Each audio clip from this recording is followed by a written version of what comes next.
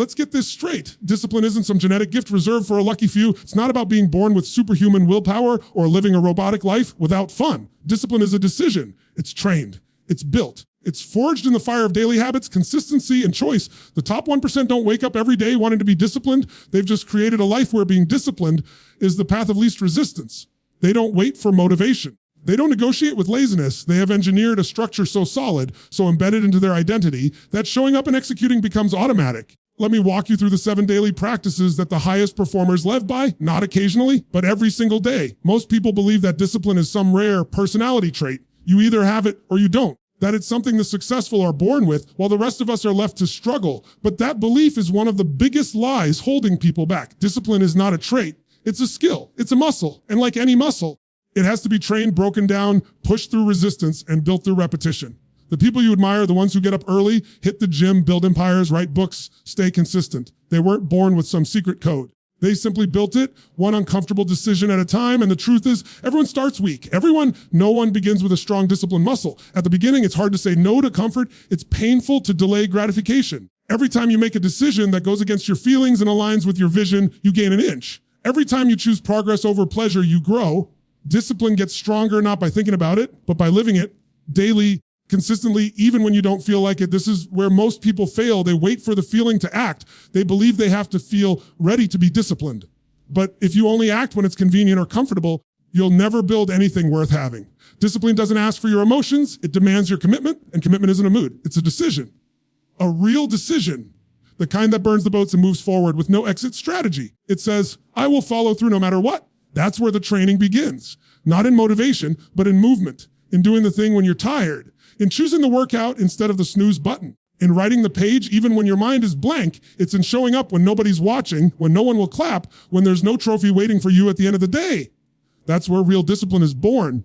The world will sell you hacks, shortcuts, and 3-step secrets.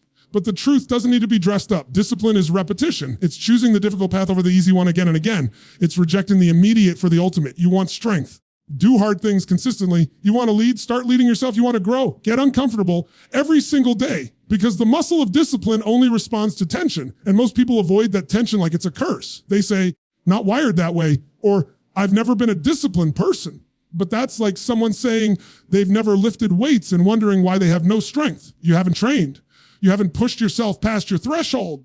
The moment you do, the muscle starts to wake up. The moment you act differently than your old story, you begin to rewrite it. Don't believe for a second that the discipline enjoy the grind every time. They've just built a different relationship with pain.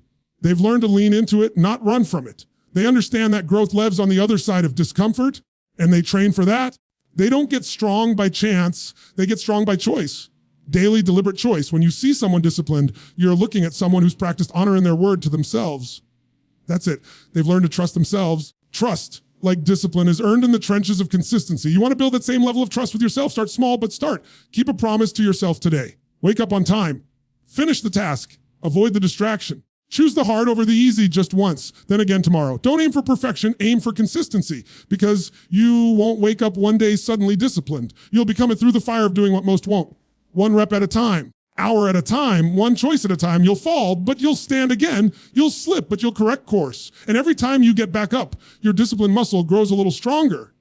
That's how you build it. Not overnight, over time. And in that process, something incredible happens. Discipline becomes identity. It stops being a thing you do and starts becoming who you are. That's when everything shifts. Because now, even when life gets chaotic, your core stays solid. The world may shake, but your habits hold, because you've built from the inside out. And that kind of strength, that's unshakable, that's earned, that's yours. When you look at the top 1%, the peak performers, the elite thinkers, the people who seem to execute no matter what, you'll notice something different about the way they approach their day. They don't leave their actions to emotion. They've outgrown the idea that how they feel determines what they do. Instead, they've built systems, reliable, repeatable systems that move them forward regardless of their mood, motivation, or circumstances. They've realized that if they had to rely on inspiration every morning, they'd never hit their targets. Emotion is a roller coaster. It's inconsistent, unpredictable, and easily influenced by fatigue, failure, distraction, or even the weather. Systems, on the other hand, are stable. Systems don't care whether you're excited or exhausted. They simply work when you work them. That's the difference between the average and the elite. Most people run their life based on feelings. I don't feel like working out. I don't feel like writing today. I'm just not in the mood to push myself. And guess what? Those feelings create their results. Inconsistency, frustration, self-doubt. But the top 1%, they feel the same resistance. They just don't negotiate with it. They have systems that eliminate the need for internal debate. It's not about motivation. It's about automation. The gym is scheduled. The diet is planned. The morning routine is locked in. The deep work sessions are blocked out. There's no space left for excuses because the structure already decided the action. And here's where the real power lies. Systems create freedom. It sounds backward, but it's true. Everything has a place. When time has a job, when your day is architected with intention, you no longer waste energy deciding what to do next. Decision fatigue disappears. Your brain is no longer hijacked by impulses or distractions. Become dangerous because your actions are predictable to you even when your emotions are not. And that level of reliability builds massive confidence. Think about a pilot flying through turbulence. Do they panic? Do they freeze or start guessing? No. They follow protocol, they engage the systems, their training takes over. And that's how they stay calm and navigate the storm. Life will bring you storms. Discipline isn't about feeling unshakable all the time. It's about building the internal systems so strong that when things get chaotic, your actions don't break. They're bulletproof. You show up anyway, you execute anyway, you keep the promises you made to yourself, even when your mood is screaming for comfort. The top 1% design systems that force behavior. They don't rely on inspiration, they rely on identity and automation. If you identify as a disciplined person, then your system supports that identity. If you see yourself as a peak performer, your system reflects that belief. Because systems are the bridge between who you are now and who you're becoming. You can't just think your way into a better life, you systematize your way into it. Now, don't confuse systems with complexity. This isn't about building a military level schedule with no breathing room. It's about reducing friction. If your goal is to write a book, your system might be 1 hour every morning, your phone on airplane mode, and you're writing Space Clean the night before. If your goal is to get in shape, your system might be meal prepping every Sunday and scheduling your workouts in your calendar like meetings. Simple systems, zero emotion, high consistency. And when you mess up, you don't start over, you return to the system because the system isn't about being perfect. It's about being aligned. The elite have trained themselves to trust their systems more than their feelings. They understand that mood swings, fatigue, doubt, and fear are part of the human experience, but they don't let those things steer the wheel. The system drives the vehicle and they stay the course. That's why they're consistent. That's why they're productive. That's why, even when it looks like they're coasting, they're still making progress. So if you're serious about building discipline like the top 1%, stop chasing motivation and start building systems. Break your goals into actions, turn those actions into routines, and let the routines run on autopilot. Your energy is limited, your willpower is temporary, but your systems, if you build them right, they can carry you when your strength fades. That's the edge. That's the cheat code. That's the mindset shift that turns ordinary into extraordinary. The biggest mistake people make when trying to change their life is thinking they need to do something massive to move forward. They wait for the perfect moment, the perfect plan, or the perfect conditions to make a grand gesture. But the truth is, greatness isn't built on massive effort. It's built on small, consistent daily wins. The top 1% understand something most people ignore. Momentum isn't created by occasional intensity. It's created by daily consistency. Tiny actions with intention, repeated over time. Those are what shape character, build habits, and create unstoppable force. That's the game. And most people miss it because it doesn't look dramatic. It doesn't come with fireworks, but it works. Because momentum isn't a feeling, it's a rhythm. And rhythm starts with one step. Think about it. When you're stuck in a rut, the hardest part is starting. It's not the big project that breaks you. It's the emotional weight of inertia. You've been still for so long that movement feels overwhelming. But if you can win a single moment, get out of bed when it's hard, drink water instead of soda, choose the workout over the couch, make the call you've been avoiding, you begin to crack that inertia. One win leads to another. And slowly you shift from stuck to moving. From moving to building, from building to accelerating. It's not about doing everything. It's about doing something, then repeating it. The discipline don't rely on intensity. They rely on traction. They don't try to crush 12 tasks in one day and then crash for the next 5. They focus on what matters most and they win small consistently. That consistency turns into confidence. That confidence becomes identity. And once something becomes part of your identity, it stops being something you try to do and starts becoming who you are. That's when everything changes. Because now the action isn't a chore, it's a reflection of you. You don't just go to the gym. You are someone who trains. You don't just manage your time. You are someone who respects your schedule. You don't just eat clean. You are someone who fuels their body with intention. All of that begins with micro wins. You don't need to run a marathon today. You just need to put your shoes on and get out the door. You don't need to meditate for an hour. Just take 5 minutes and breathe. You don't need to overhaul your diet. Start with one clean meal. You don't need to finish the book. Just read one page. These small steps may feel insignificant, but they're not. They're deposits. Each one adds to your bank of momentum. And over time, that compound interest explodes. That's how the 1% win. Not through magic or luck, but through compound action. Through showing up on the days it doesn't seem to matter, because they know those are the days that matter most. The secret is to build streaks. One day becomes 2. 2 becomes a week. A week becomes a month. That streak creates emotional leverage. You don't want to break it because now you have something to protect, something to grow, something you've earned. And that sense of progress is fuel. Progress is the ultimate motivator. You feel yourself moving forward, even slowly. You want to keep going. When you see that you're showing up for yourself, you begin to trust yourself. And that trust is everything. Because once you believe you can rely on you, you become unstoppable. The best part, micro wins are within your control. No one can stop you from drinking water. No one can stop you from writing 10 lines. No one can stop you from stretching for 5 minutes.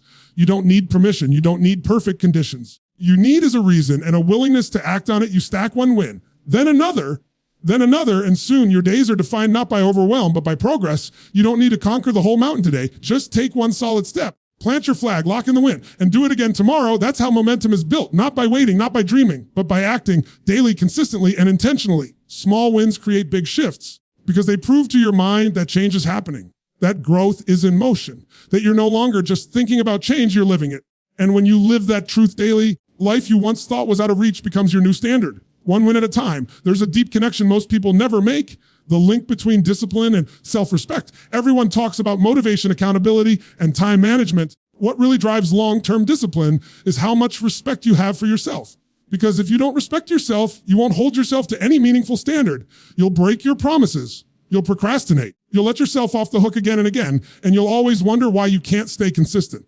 But when you truly respect yourself, your word starts to matter. You begin to treat your own promises like sacred contracts.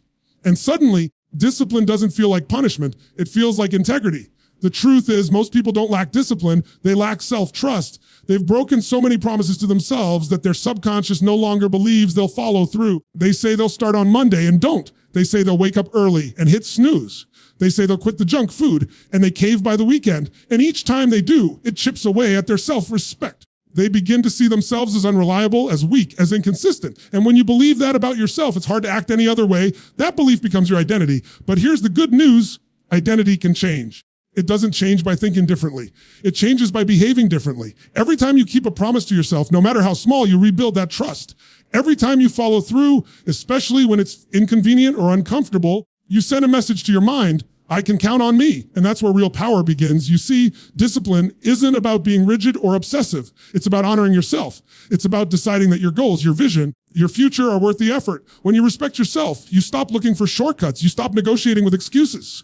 You stop waiting for someone else to push you. You become your own standard, your own fuel, your own accountability. It's no longer about what others expect from you. It's about what you expect from yourself. Because you know the truth, no one is coming to save you. No one can give you discipline. No one can hand you confidence.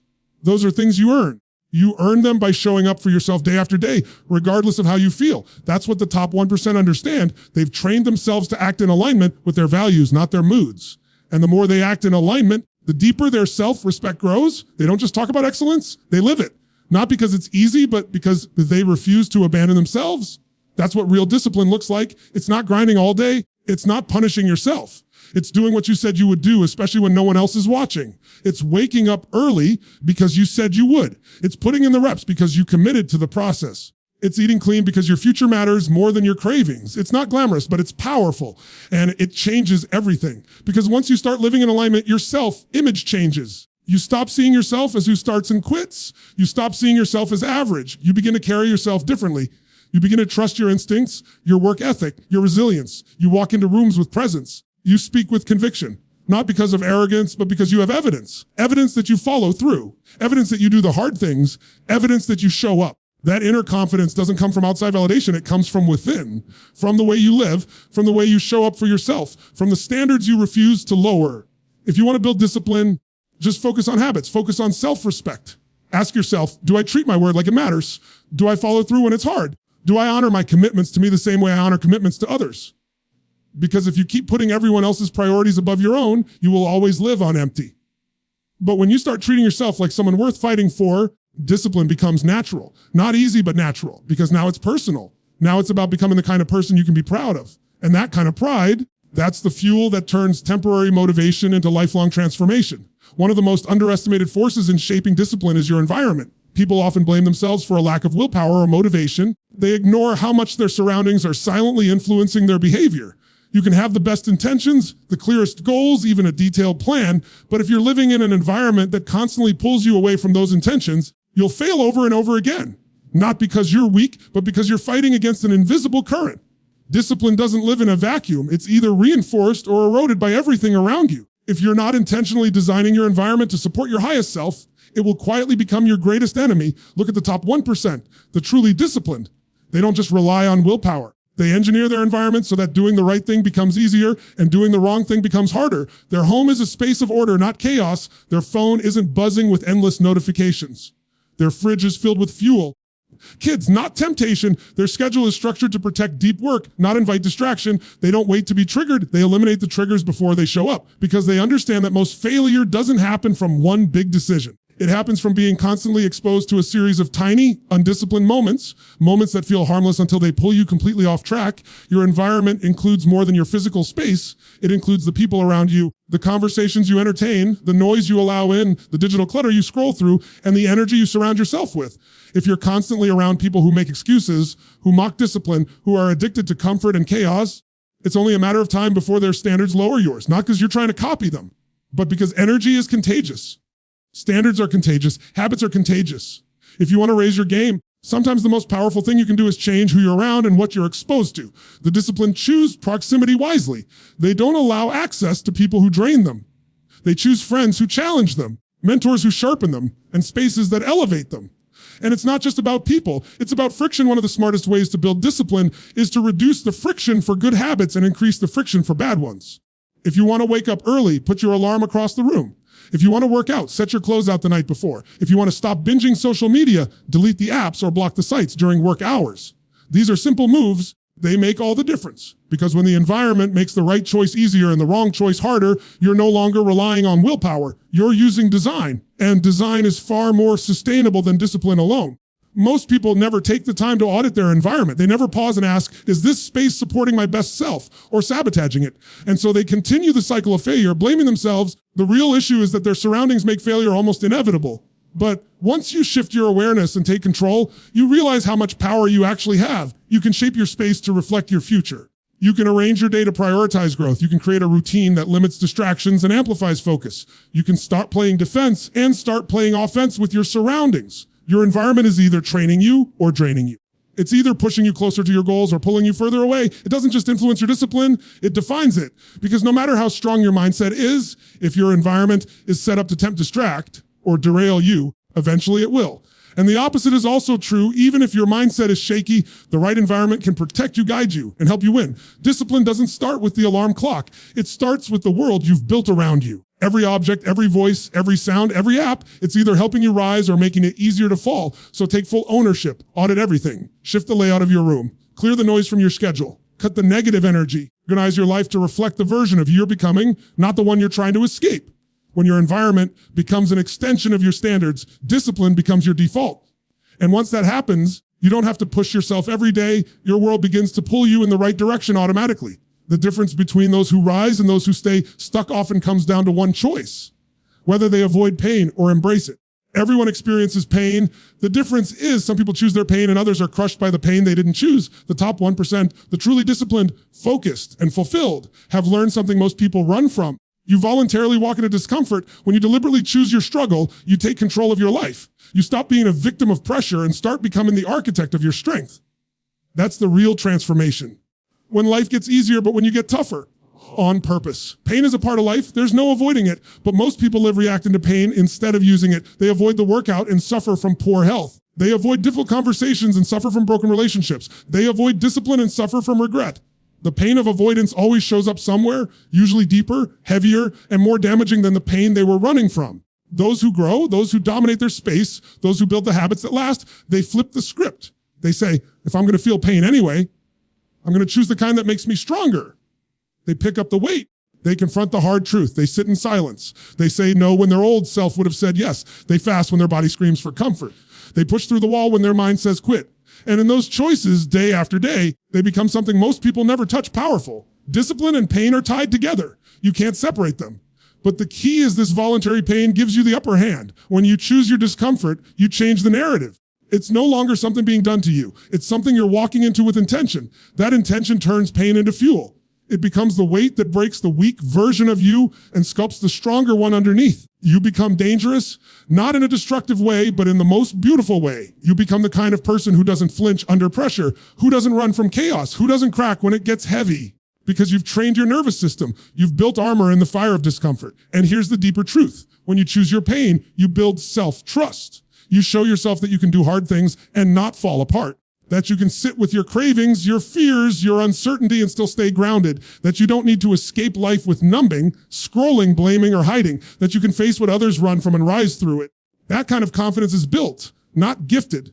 And it's built through pressure, through repetition, through fire. The strongest people you know didn't get there by chance. They got there by choosing pain on purpose, repeatedly.